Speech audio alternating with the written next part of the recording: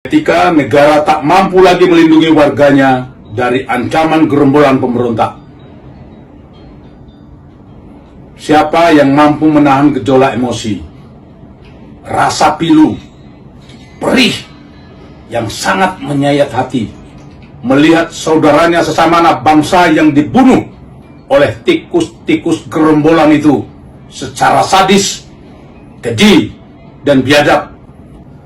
Saudaraku sesama anak bangsa, hampir setiap saat dalam kurun waktu yang sangat singkat, kita selalu dihebohkan dengan pemberitaan media sosial tentang pembunuhan secara keji, sadis, dan biadab oleh para tikus-tikus gerombolan OPM.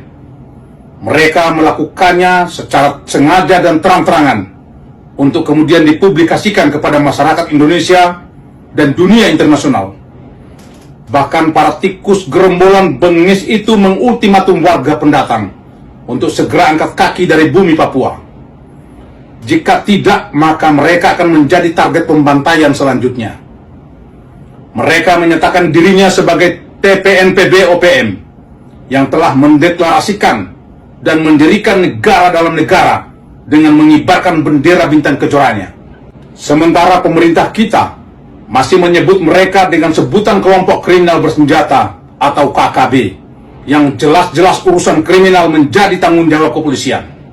Sampai kapan negara membiarkan aksi pembantaian aparat TNI Polri dan masyarakat secara terus-menerus dengan sangat bengis, keji, sadis, dan biadab oleh tikus-tikus gerombolan ini? Masih adakah TNI di Republik ini yang salah satu tugas pokoknya menjaga kedaulatan negara? Masih adakah Polri di Republik ini yang salah satu tugas pokoknya menjaga Kamtibmas demi menjamin rasa aman kepada masyarakat? Ataukah Papua sengaja dibiarkan untuk dijadikan ladang pembantaian oleh tikus-tikus gerombolan itu terhadap aparat TNI Polri dan masyarakat pendatang demi kepentingan tertentu? Wahai Panglima TNI, Kapolri, dan Ketua DPR RI, masihkah kalian punya nurani ketika menyaksikan anak-anak bangsa dibantai oleh tikus-tikus gerombolan itu? Ataukah kalian gentar dengan ancaman dan gertakan mereka?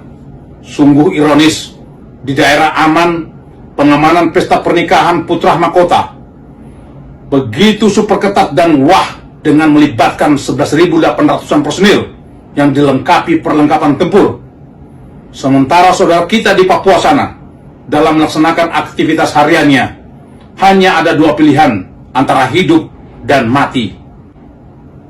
Lalu persoalan ini menjadi tanggung jawab siapa? Dalam hal ini, pimpinan DPR RI harus segera menyikapi hal ini dengan membentuk pansus untuk menentukan langkah politik dan strategis tentang status penanganan para pemberontak dari kelompok kriminal bersenjata yang menjadi tugas polisi, menjadi GPK atau OPM, untuk kemudian menjadi tupoksi TNI. Jika DPR RI, Panglima TNI, Kapolri tidak menyikapi persoalan ini, tentu akan menjadi sebuah presiden buruk terhadap sistem pertahanan keamanan Republik ini. Dan tentu akan muncul keraguan publik bahwa TNI Polri antara ada dan tiada. Kepada Panglima TNI, jangan biarkan korban terus berjatuhan dengan hanya mengucapkan turut berbelasungkawa dan menaikkan pangkat setingkat lebih tinggi bagi prajurit TNI yang menjadi korban. Rakyat Indonesia butuh kenyamanan dan keamanan di negeri tercinta ini. Harga diri dan martabat bangsa ada pada institusi TNI yang dibanggakan oleh rakyat. Jangan mau dilecehkan oleh tikus-tikus gerombolan pemberontak itu seolah TNI kecil dan tak punya keberanian dalam bersikap. Kami, para mantan TNI yang tergabung dalam Serdadu Ekstrim Matra Nusantara, siap menunggu arahan untuk turut ambil bagian dalam tugas mulia menegakkan kedaulatan negara untuk menumpas tikus-tikus gerombolan pemberontak itu. Bekali kami dengan perlengkapan tempur seperti yang pernah kami gunakan saat berdinas dulu. Kami hanya tidak ingin melihat harga diri bangsa dan negara dilecehkan oleh para pengkhianat bangsa itu. Kami hanya tidak ingin melihat dan mendengar lagi anak-anak bangsa, baik TNI Polri ataupun masyarakat, menjadi korban sia-sia dari para tikus-tikus gerombolan itu, sebagai wujud kecintaan dan kepedulian kami terhadap bangsa ini. Salam nasionalis sejati. Dengan saya, Ruslan Buton, Panglima Serdadu Ekstrim Matra Nusantara.